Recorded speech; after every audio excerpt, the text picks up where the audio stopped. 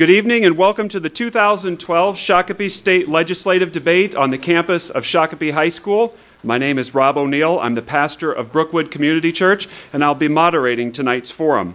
The Shakopee Chamber and Visitors Bureau is sponsoring this event in partnership with Shakopee Public Schools.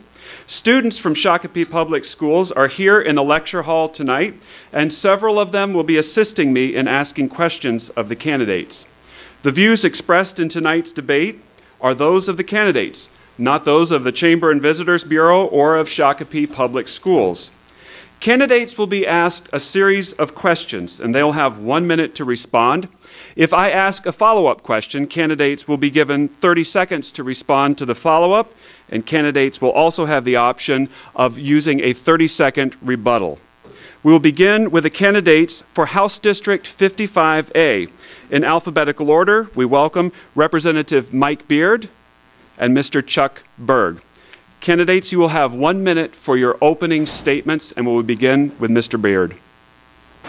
Thank you, Rob. And friends, thank you for coming out here tonight, especially to my friends at the Shakopee Chamber of Commerce, the Shakopee School District. Thank you for having this forum.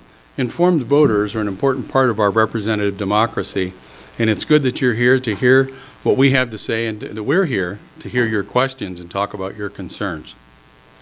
I can hardly believe it's been a decade since I started this adventure, the honor of representing you in this district in St. Paul. I remember coming in with, I think, what Governor Palente, my friend, called a mega honking $4.2 billion deficit. I served 4 years with deficits. It was hard. It's not fun telling people no. But at the end of the day, at the end of 4 years, we balanced the books and left a $2 billion surplus. I think that's something we can be proud of, although it was hard work, I'll tell you that. After 4 years in the minority, we went back to deficit situation. We've wrestled with that again this year, the last 2 years, with about a $6 billion deficit. Folks, we have some unfinished business. It's going to take discipline to right-size government and rein in the unsustainable growth. I'm looking forward to your questions as we talk about how we're going to get that done over the next 2 years. Mr. Berg, 1 minute for an opening statement. Thank you, Rob. I'd also like to thank the Chamber of Commerce and the Shakopee Schools for hosting this forum.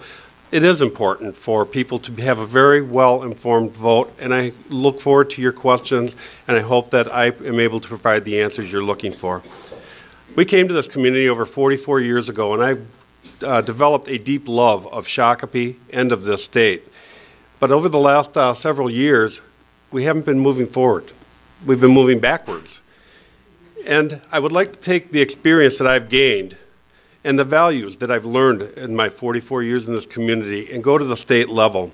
I've got 12 years in this community as a local business owner, working with other local business owners. And I know what it takes to drive that small business engine and help to build our economy. I've also got 6 years on the local school board, 2 as the board chair, so I've got a good level of governance experience. And I'd like to bring that to the state and hopefully start working with both sides of the aisle to bring forward policies that favor all of Minnesota. Well, this evening we'll have questions in several different categories. Our first category will begin with politics. And Mr. Berg will ask you the first question. Could you give an example of how you have worked with people of the other party to come up with a solution to a real-world problem? Well, Rob, that's a little tough. You know, as a school district person, we are nonpartisan. And we often have differences of opinion. And we have difference of opinion because sometimes of political reasons, although we aren't running as Democrats and Republicans. A good recent example might have been the issue we had when we had an employee had stolen money from our school district. It was a tough issue that separated this community. And we had to work through that process. And we had to make sure we had a good, fair investigation and that we took the right and proper action. And even though not everybody agreed with what that action ended up being, I think we comfortably moved forward knowing that at least we were trying to protect the local citizenry and their tax dollars. Mr. Beard, the same question to you. Could you give an example of how you've worked with people of the other party to come up with a solution to a real-world problem? I can give you several of them, actually, Rob. Thank you for the question. Because although St. Paul is a partisan place, nonetheless, we do reach across the aisle and actually do things in a nonpartisan or bipartisan way. at the end of the day. In the last few years, I'm thinking about the energy reform bill. We've laid some pretty onerous mandates on the energy industry, and it became apparent that we'd overstepped some things, we as a legislature. So I worked with a governor who didn't want a bill in the first place, and with my key allies in the Senate and across the aisle to actually pass a modest energy reform bill. We took the governor about as far as he'd go. We took what we could get, and that helped out big industry in Minnesota who hire a lot of people at very high wages. The transportation policy bill we passed in May was the first transportation policy bill we had in 4 years. Even when the Democrats ran the House and the Senate, they couldn't get a policy bill done.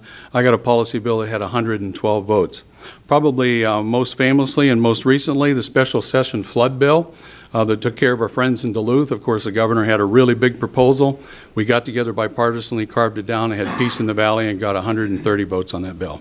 Thank you. Our next question, we're going to move on to some social issues. They're a hot topic this year for the electorate. What is your point of view on the marriage amendment and why? And we'll begin with Mr. Beard. Thank you for the question. I was anticipating this one because nothing is as foundational to an orderly society as having a defined marriage or family unit. Family is the basic building block of society, not government. Not even township or city government, as fond of those as I am.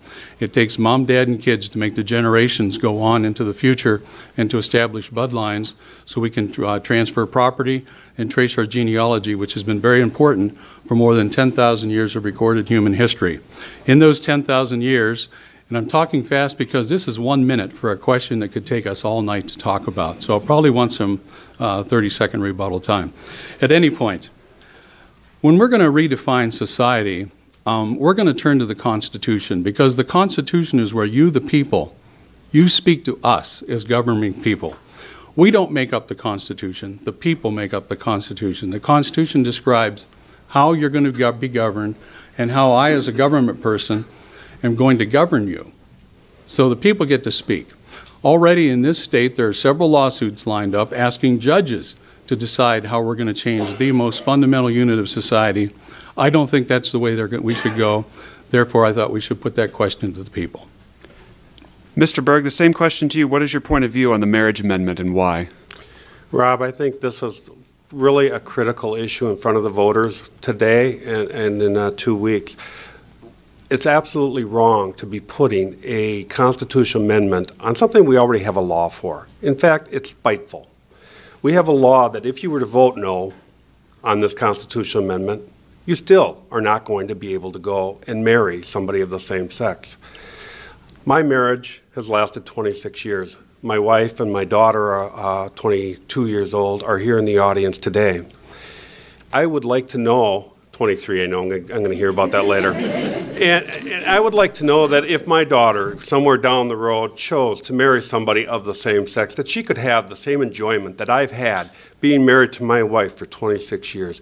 It's about compassion. It's about having a friend for life. It's not about sex. They like to talk about it's always about, sex, but that's just such a little small part of what it is to really give your life to another person. So I think it's wrong. Well, as a follow-up for both of you, it is a separate issue in some ways from the amendment itself, but the students of West Junior High School asked us to ask you this evening, what is your stance on gay marriage apart from the amendment itself? And we'll go in the order that the question was originally answered in, Mr. Beard. Okay, this is a new 1 minute because I had a 30-second rebuttal. But it's a 30-second follow-up. It is 30-second to the original. First of all, I just want to point out that this nation has had this discussion before. 110 years ago, when Utah applied to join the Union, Congress said, whoa, hold it. We'd love to have you, but we have this thing called marriage, and we need you to define your marriage situation. Of course, they were into polygamy. As far as I understand, Utah was the first state in the Union to actually describe what marriage meant. One man, one woman, and kids. That seemed to be very important 110 years ago. I think it's still important today. If we redefine marriage, then there is no definition to marriage. It can mean anything or nothing. And so that's why it's important that the people will tell us what definitions they want us to work with, how they want us to govern going forward. What we have at the moment, and outside of that, there is all kinds of room for what we have today. Civil unions and other kinds of legal arrangements that allow property to be transferred and things like that to happen. Mr. Berg, same question to you. What would you say to the West Junior High School students about gay marriage? I would be in favor of that. And let me tell you, we have been here before. In 1776, when they wrote that Constitution, a black person was considered 3/5 of a person. We revisited that 87 years later, and we decided that that was now a full person. We had to revisit it again later and say that separate but equal is not the standard that we should be holding people to. We've been there before. We don't need to go there again. And as one final follow-up on this topic, what do you think then is the driving force behind this issue, Mr. Beard? I think the driving force is the fact that the society as a whole is adrift today. Those of us that were raised in a traditional society and the prosperity and the comfort that that brought to small-town America don't recognize what we see happening in some parts of our culture.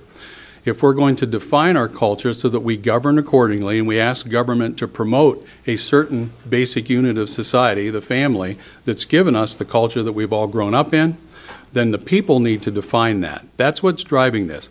The fact that there are lawsuits and around the country, Iowa, our neighbors we can look at, where judges made the ruling for them and told the legislature, here's how you will govern, that is a sorry state of affairs. The people need to speak, not the courts. Mr. Berg, what do you think is driving this issue?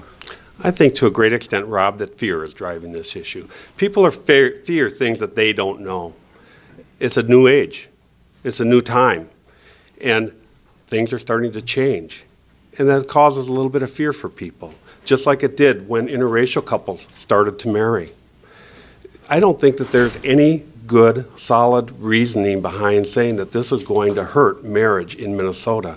If it was the institution of marriage that we wanted to protect, there would be laws against divorcing.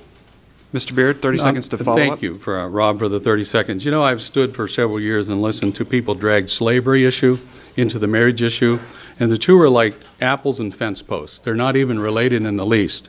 For 10,000 years of human history, slavery was the norm, people. The biggest, baddest guy on the block was the one that carried off the captives to make him wealthy. It's only been in the last couple hundred years that human society has finally embraced a Republican form of government, not a GOP form, a Republican form, to be precise, a representative democracy, where we've recognized that rights come from God and they're to everybody. All people are equal. That's the slavery issue defined. Marriage goes beyond that because it touches the fundamental issue of the creation of life itself. Not the destruction or the stealing of someone else's life, but the creation of life itself. And if society wants to redefine that, that'll be a brave new world, and we'll have to react to that. But again, the people will tell us that, not some clever judges and not some trial lawyers. Mr. Berg, you get 45 seconds as well. Yeah, thank you very much, Rob. Yeah, maybe slavery is a bad analogy, but that is as inept an analogy to talk about what has happened for 10,000 years, because for at least 6,000 those first 10,000 years, and well beyond that time, we were a male-dominated society, and the male who had the bigger stick got the better woman. And I don't think we want to go back to a time and to a day when we think that we're going to have the male dominate every aspect of a marriage. I think there are a number of reasons why this is a wrong time to put an amendment on, but it's also the wrong way to do it. We have a law. The courts may strike that down.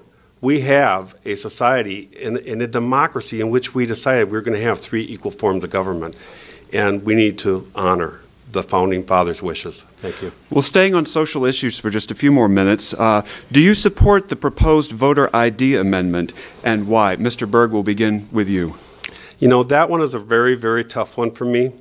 I want good, honest elections, and I want people to feel that the vote that they cast is going to be honored and is not going to be spoiled by people that cheat the system. I think that we should have some type of a voter ID system. I believe this is the wrong way to do it. We had a somewhat decent bill, actually, in 2011, and it got vetoed. It would have been great if Governor Dayton at that time had come back to the leadership and said, let's find a way to make this work. We have some ideas that could make it a little bit better. This is where some of this gridlock comes in. We need to get them talking and finding ways to bring forth solutions that are going to work for everybody. I will vote no on this amendment because I believe that it's time to go back to the state, do it the right way, make it a law, and have good, open debate and discussion about it. Mr. Beard, do you support the proposed voter ID amendment and why?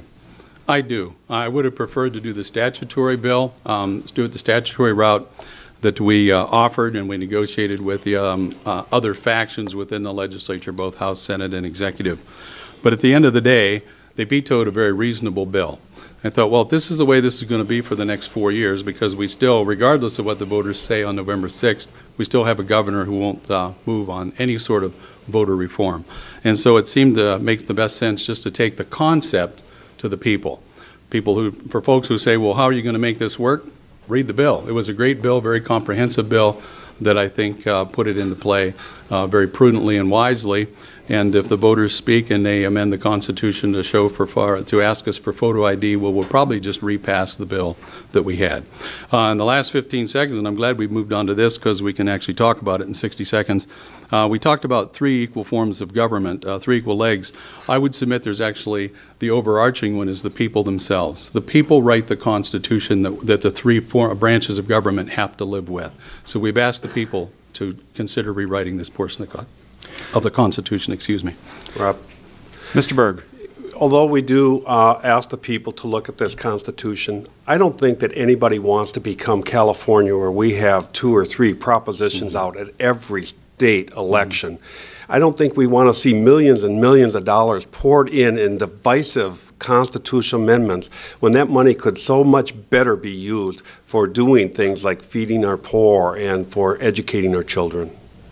Mr. Beard. The voice of the people is the voice of God. When you sit in the House chambers, and I hope you have a chance to visit there with me someday, it says it in Latin right above the speaker's rostrum, because that is indeed exactly what happens. When the people speak, to us it's as if God speaks, because we have to listen to what they say, especially when they say it in the form of encapsulating it in their Constitution. Well, for our next question, we're going to move on to the topic of education, and actually we have a Shakopee High School student, Alexi Johnson, who's going to ask our next question for us. What are your views on the current state of education funding in Minnesota? Mr. Beard, we'll begin with you. If you read the Constitution, again, back to our mission statement, it's 2 sentences long in Article 13, that the state has an interest in securing the blessings of a Republican form of government, and then, to make that happen, it's necessary to have an intelligent citizenry. Therefore, they'll establish a system of a general and uniform system of public education. Period. That's it. It's that simple. Out of that, we've created 40% of the budget and a huge bureaucracy that oversees public education in this state. If it had been the largest part of the budget, it's about to be taken over by Health and Human Services, but perhaps there'll be a question about that in a minute. We tie our funding for public education to students, pupil days. We call it butts and seats, just affectionately at the Capitol, but the more people you have in seats, the more money a district gets. Shakopee is one of the few districts in the state that actually is a growing district and gets more money from the state every year. In the last biennium, in spite of the $5 billion deficit, we managed to increase the basic formula $100 per student, and I'm grateful we could hold on to that. Mr. Berg, same question to you. What are your views on the current state of education funding? It's pretty poor. You know, over the last 10 years, adjusted for inflation, it's actually dropped 12.5%. They have not funded early childhood family education to the level at which they promise. K-12 has been held hostage, and in fact, to balance their budget, they shifted $2.4 billion. And the $100, I would contend it was $50, that was added to the basic formula, was added merely so that school districts could pay for the interest of the short-term borrowing that they had to do to pay their teachers. Is that where we want our money to go? To banks for interest rather than to educate our children? And higher ed has been cut to the bone. That is why you are paying more for your kids to go out and get the good education they need for tomorrow's jobs. That's the only way we grow out of this economy, is a well-educated workforce. Mr. Beard, 30 seconds to respond. Thank you. Yes, to be precise, $50 in the first year, an additional $50 in the second year. I imagine it averages to $75 over the biennium. But that's the basic formula that we funded. In 2001, Jesse Ventura had his big idea, which was to take local school funding off of the property tax and take it to the general fund. You remember we had a whole decade there. We were running billion-dollar surpluses. It seemed like a really good idea at that time. We're running into some shortfalls now. In fact, since the planes flew into the World Trade Center, it's been a consistently poor national economy, and we've been fighting and struggling with deficit spending or deficit situation in our budget, shortfalls, ever since. Well, speaking on the topic of funding for education, what is then the most effective and stable source of revenue for funding our education system? Mr. Beard. The Constitution requires the state government to only do really pretty much three things: run a court system, build roads and bridges, and educate the kids. I think this is one of those things that it's keeping it in the general fund is just fine, because that is a priority for the state of Minnesota. Before we build parks or trails or come up with another new program for, take your pick, there's 997 line items in the state budget, funding K-12 education is a priority. It's right there in Article 13, 2 sentences, very simple to read, because we need a highly intelligent citizenry to preserve the blessings of a Republican form of government. One of the side benefits of that is in having intelligent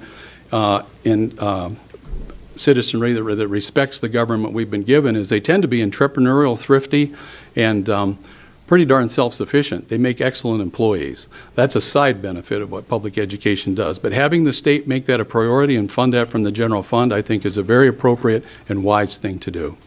Mr. Berg, the same follow-up to you. What is the most effective and stable source of revenue for funding education? Earlier, Representative Beard talked about a few years ago when Jesse Ventura took on a much greater level of the funding at the state level. I'd like to go back to Wendell Anderson when he said and took the leadership position that the state is going to fund education. Let's get rid of all these property tax levies, operating levies, bring it all on the state. They had to raise taxes 30% to do it. But it was the right thing to do, because the zip code you live in shouldn't determine your education. Shakopee is very fortunate that we are a growing school district, and we do see a little bit more money coming in every year. So when there are some problems with funding, we can maybe cope. How does that small school district out in rural Minnesota that is cutting staff and is starting to see their class sizes rise, how do they deal with this issue? They're not dealing with it really very well. We're putting 40, 45 kids in a single classroom, and that is cutting their education opportunity. Mr. Beard, a 30-second rebuttal. Yes, this is one we probably have some common overlap in areas of interest and agreement. There is actually a movement called Schools for Equity in Education. Shakopee is not a member, but Prior Lake, which I've represented for 10 years, is. One of the things we're deeply concerned about is the disparity between funding the same student in the inner city versus somebody in Slayton or Worthington. Wide disparity, and we can't, you want to try to grab a hold of an electric fence, grab a hold of that issue at the Capitol and watch the partisan line split. They're not Republican, Democrat, they're rural, urban, and it gets up to be a pretty testy discussion. Mr. Berg, 30-second rebuttal. I concur with Representative Beard. This is an area where we really do have some good commonality, and I think there's a lot of commonality at the state. We believe that we need to educate our kids, and I think that we really believe that that's the engine that's going to drive this economy forward. So now what we need is the leadership there to get that done. Well, for our next question, we're going to stay on the topic of education, but in this instance, we want to know, how does teacher tenure affect our ability to deliver a quality education to our students, and what would you do? Mr. Berg, we'll begin with you. I don't think teacher tenure itself is affecting the quality of education, but the teacher tenure system to determine who might end up being laid off at the time when you have to start looking at layoffs by itself, that's probably not a good system. And they had a bill in the legislature this year, and it did get vetoed, that would have allowed them to start looking at performance evaluations. The problem was, it was looking at performance evaluation on a system that isn't in place yet. So, assuming that our state government put together such a good performance system that it would not have any issues whatsoever, I guess that would be okay. I would like to see that performance evaluation system in place, make sure we don't have to tweak it, and that we're really truly evaluating teachers and principals very well. And then I would like to see us start to move toward an evaluation system process rather than strictly teacher tenure. Mr. Beard, same question to you. How does teacher tenure affect our ability to deliver a quality education to our students, and what would you do? The legislature of the last 2 years had quite a package of educational reforms. Teacher tenure was part of that. Another one was an effort to have alternative pathways to licensure. And I'll tell you folks what we're really concerned about, and that's the huge gap in learning between basically the inner city school districts and our school districts. We seem to do rather well out here, but we have places where a teacher that's much over 50 years old is a grizzled veteran dealing with a culture that he probably or she probably does not understand. And we're finding that the younger teachers who right out of college relate so much better and connect with the kids in that urban setting that we think we ought to give that a try. The problem is, as soon as you cut the budget, they're the first one out the door. That's what teacher tenure was aimed at. Reforming the tenure system was actually aimed to try to address the terrible learning gap that we have in some of our school districts vis-a-vis the suburban districts. Mr. Berg? I do want to touch on one thing Representative Beard just mentioned, the alternative pathways to licensure. You know, here they came to the legislature and they said we have a laser-like focus. The first three things we're going to work on are jobs, jobs, and jobs. And they got distracted by a couple of divisive Constitution amendments, and here this alternative pathways to licensure. They thought this was going to be a great idea. Lo and behold, nobody's applying for those jobs. The teachers are getting laid off. There's a glut of teachers out there right now. My daughter just graduated, got her degree, and is now licensed to teach history and drama. There's no jobs out there. She is one of those 52% of kids coming out of college and not finding a job. Now she's got a job. Will she ever go back and become a teacher? How sad. Mr. Beard, 30 seconds to follow up. We didn't just make up alternative pathways of licensure out of thin air. We actually learned about it from what was happening in the Washington, D.C. school district. Talk about a disastrous district that really needed some enormous input and outside-the-box thinking to save a whole generation of kids there. They were finding folks who were perhaps early retired professionals that had passion for their area of interest, especially in science and mathematics, and pulling them into that setting. They got a special waiver to do that, and it was a phenomenal success, people. Again, we didn't just make this up out of thin air. We were tracking a phenomenal success story in Washington, D.C. that continued until the current president, unfortunately, was elected, dismissed that school superintendent, and put the situation pretty much back to the way it was. So it seemed like a noble effort. We may take it up again. Our next question is going to be asked by a Shakopee High School student, Danny Coker, and his question will be on the budget.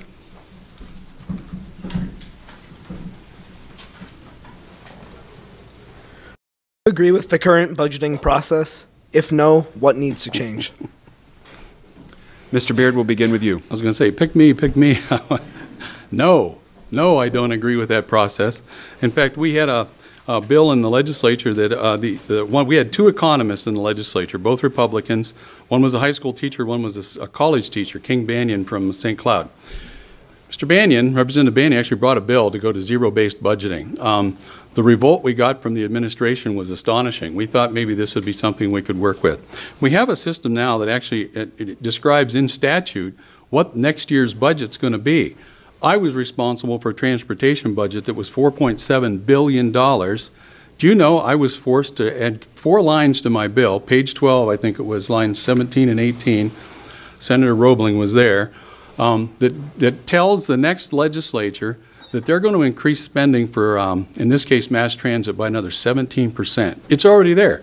This is the way we run our budget in Minnesota. It's why we already forecast a $1.2 billion deficit in the next biennium, and the next legislature hasn't even been elected yet. So the short answer is no, I do not agree with the budgeting process. Mr. Berg, same question to you. Yeah, great question, Danny, and I'll agree, no. The way we're doing our budget just isn't working.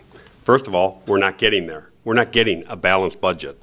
It's probably the problem that we're going to have at the federal level if they ever put a balanced budget amendment on the Constitution, they will just find a way to call it balanced, even though it isn't. But Representative Beard's right. Overall, there's about an 8.5% increase before they even get started. Of course, they also are projecting revenues, and they're putting inflation on that, no inflation on the expenditures. But absolutely, as a businessman, I can tell you, I don't go into my budgeting process just saying automatically my expenses are going to go up. I start with where my revenue is and determine what it is I need to spend to keep my business afloat and to keep my staff employed. You don't start from the other end and say, where are my expenses? Now how do I go find the revenue? We're doing it wrong. Mr. Beard, 30-second rebuttal. Actually, just a correction to something my opponent just raised. Actually, we do balance the budget. It's a constitutional requirement that people laid on us when they put this state together 155 years ago.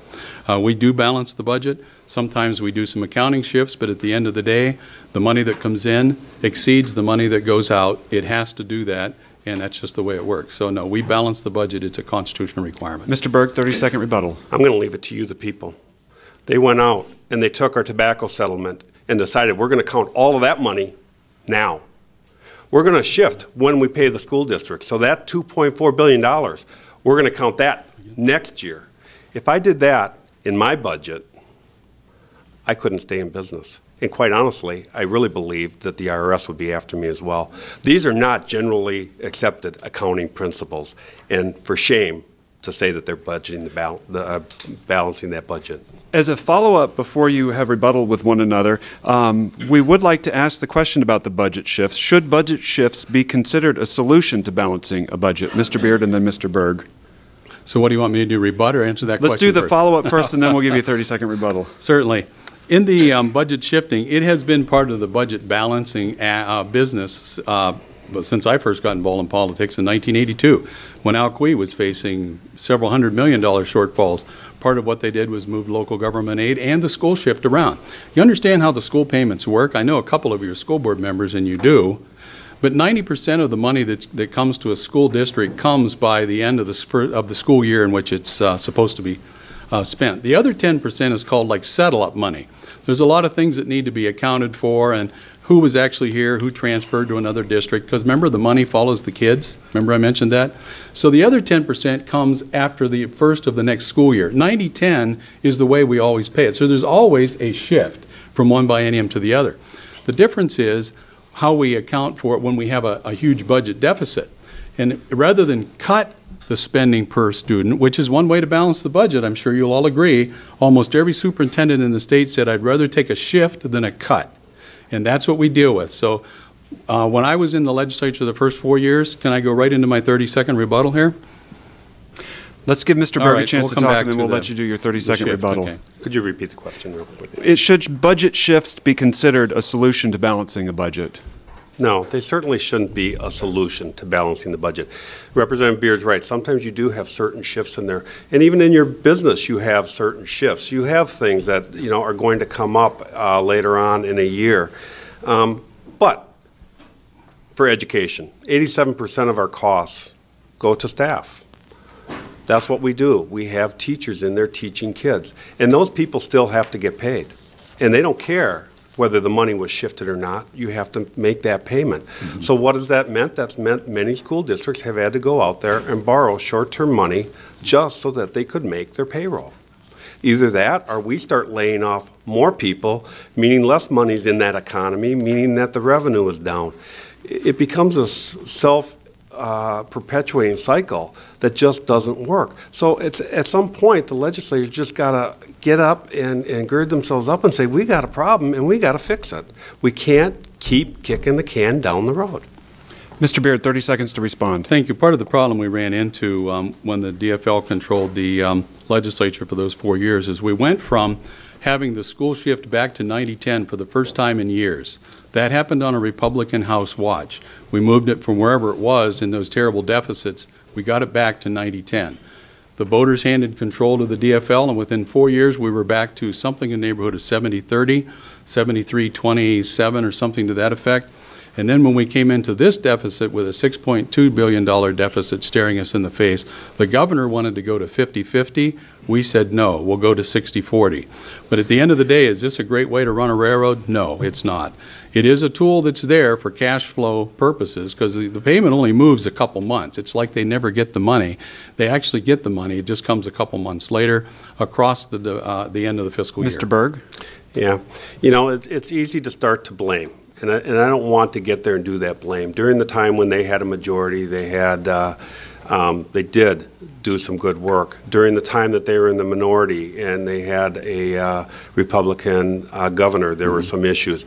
Right now, they want to blame the governor. So when the governor's there, it's his fault. When the legislature's there, it's their fault.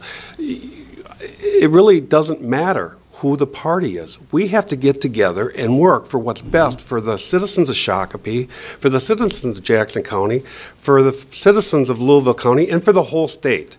I don't care whose fault it is. Let's get the job done. For our next question, we want to move more deeply into this question of taxes, and we'll begin with Mr. Berg. How would you use business taxes to help Minnesota compete on a national and global level for jobs? Well, we already compete pretty well on the national level. Minnesota was ranked number 11 by a CNBC poll of businesses. And we rank very high for a number of reasons. First, because we have one of the better education systems in the nation. Second, because our quality of life is so high. What keeps us from raising up to the top, however, is the cost of doing business and the cost of life in general.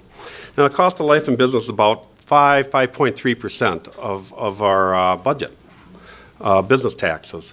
And it would be fine to find ways to reduce that down. I would really like to see us do that. But in the end, out of the 21 factors that these businesses use to rate where they would do business, that was 17th. It wasn't their number one factor. So what we do need to do is find ways to really help our small businesses. And we can do that through things like tax increment financing. Shakopee's done a wonderful job in that. You know, just in the short period of time that our new council's been in, we've brought in a number of new people. Now, I know they didn't do all the work. Some of the heavy lifting was done by prior councils. But wise use of the money can really help. Mr. Beard, how would you use business taxes to help Minnesota compete on a national and global level? One of the things I would do would take some of the bipartisan solutions that we're fond of talking about to balance budgets in previous dire times and roll them back. Two of them spring to mind. One is the sales tax on capital equipment. I don't know that any other state in the union taxes capital production equipment with a sales tax. We do. And then you're welcome to apply for a refund once you've paid the tax up front. So imagine buying $1 million printing press and paying 7 1/8% sales tax, applying for the refund, and it may come down the road somewhere. Well, that'll certainly pay for a whole lot of other people in your shop or some more investment. The other one is a bipartisan solution to, remember when I said we paid the school shift back there in my 4th year? Part of it was because Senator Larry Poggemiller, a DFLer in the Senate, insisted that business ante up, and so we levied the business property tax, which is killing our small businesses in this state. It helped solve the school shift at the time. I'll give you that. That was a bipartisan solution to fixing that.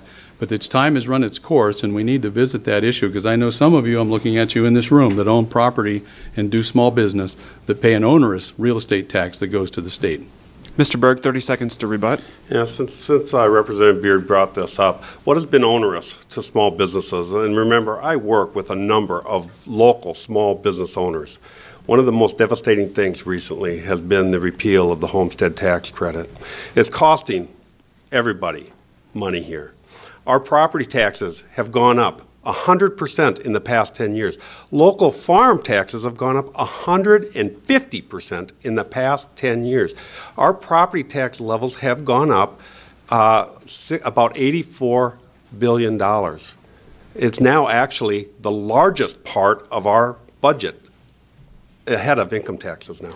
Mr. Beard, 30 seconds to respond. I hear these floated around as talking points from the opposition party. $84 billion in tax increases when the total cuts to local government aid in all fashions over the last 2 years has not exceeded about $2 billion, I don't think, if it's been that high.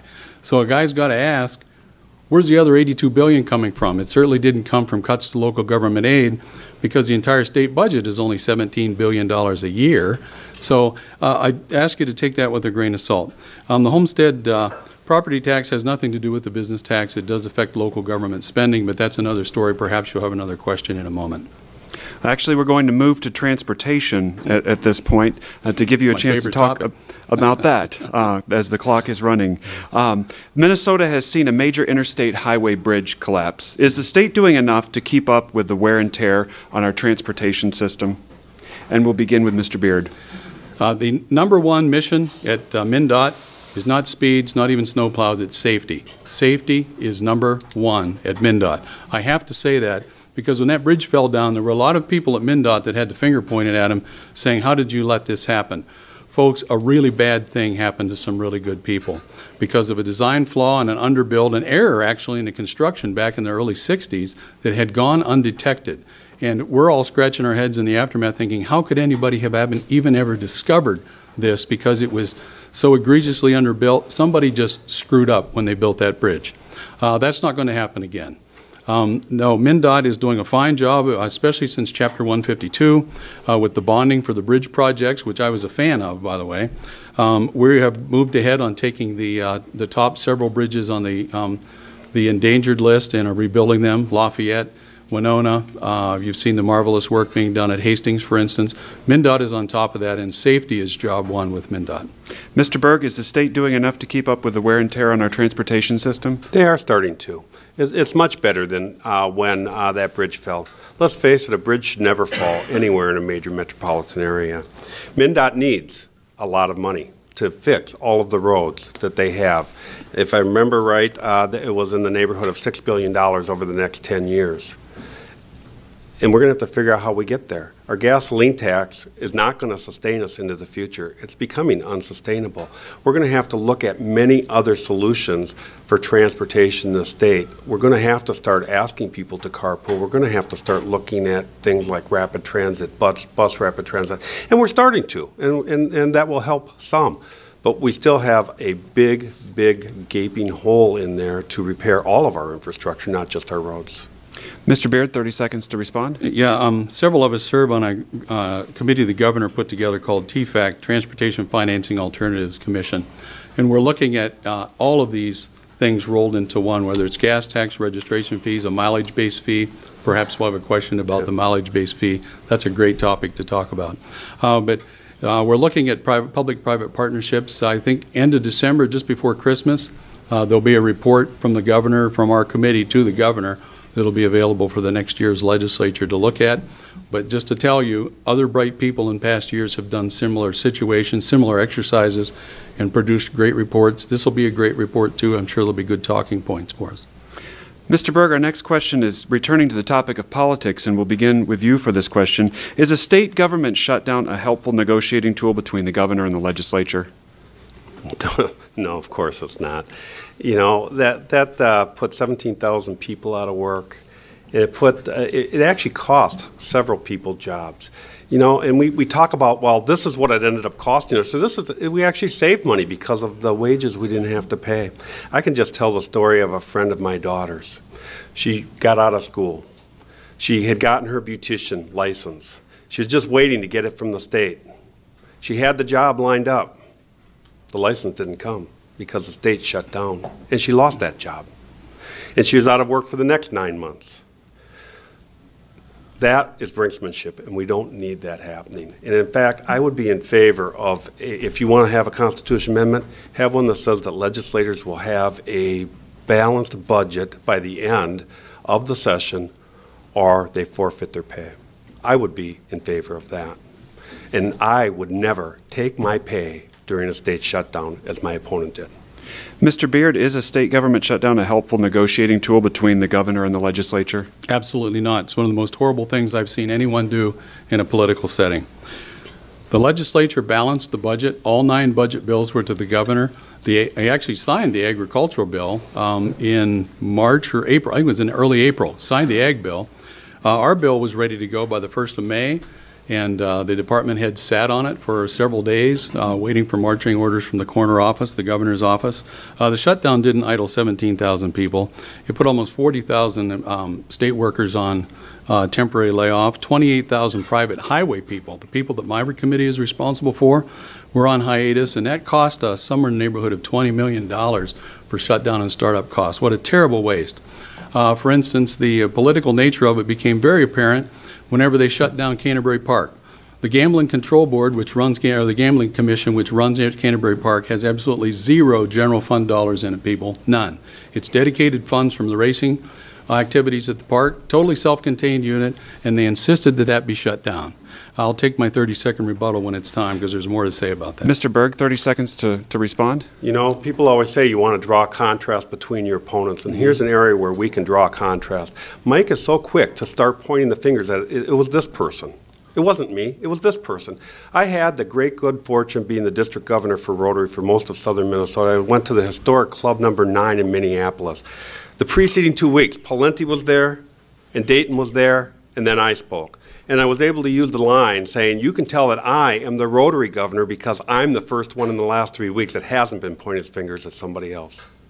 Mr. Beard, 30 seconds to respond. Well, the facts are the facts, and I was there living through it and actually sat through closed-door negotiating sessions with people who would tell me one thing one day and one thing another day, making it almost impossible to know which way we were going.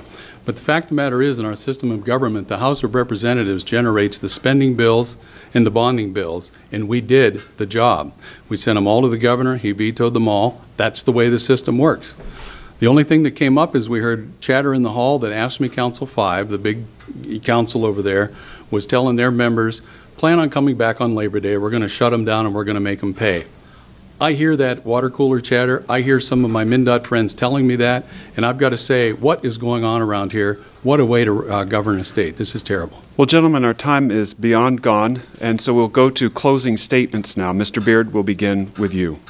As I mentioned in my opening statement, folks, we're living in precarious national times. We're one of 50 states in this union. We don't govern in a vacuum. We have to work with what's happening in our national economy. Between now and the first of the year, we're facing a financial cliff.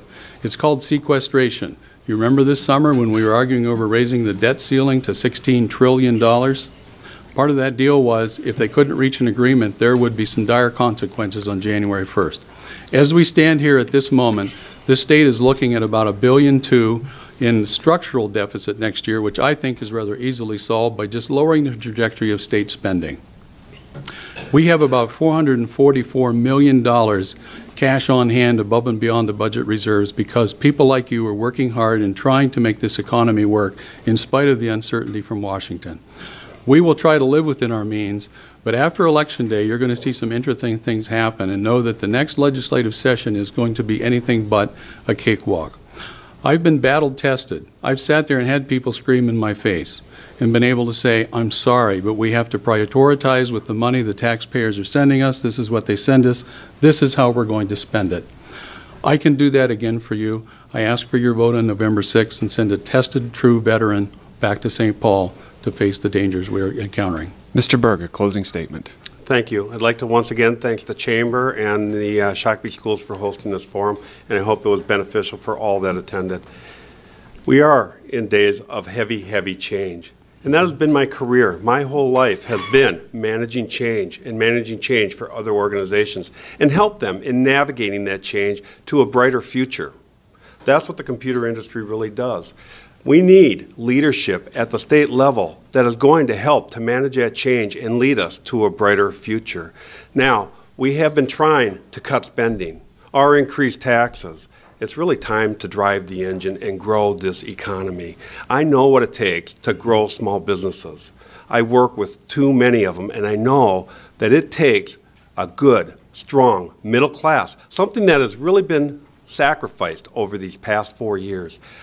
And it's those people having their money to go and buy the goods, buy the services that our small businesses have to offer. And that's what's going to drive this economy forward, and that's how we get out of the debt that we're in. Thank you very much. I hope to have your vote. Representative Beard, Mr. Berg, thank you for your participation this evening. We'll take a 15-minute break before our Senate debate.